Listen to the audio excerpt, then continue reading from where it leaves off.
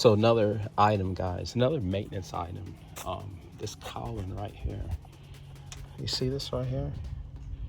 Check this, and this is for BMWs too, guys. If this starts to deteriorate, and you see it on the other side, this starts to deteriorate, it's possible that you can get water down in through here and into the interior of your compartment, and that's where some of your electronic modules are.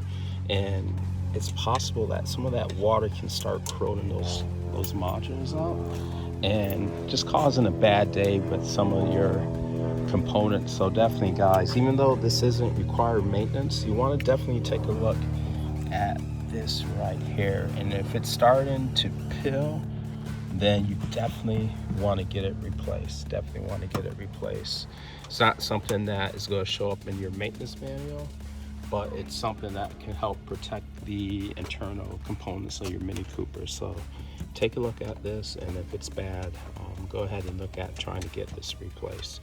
And you just can't replace this, you guys. It's going to be the whole cowling right here that you're going to be replaced, because these come together. They're not separate, they come together.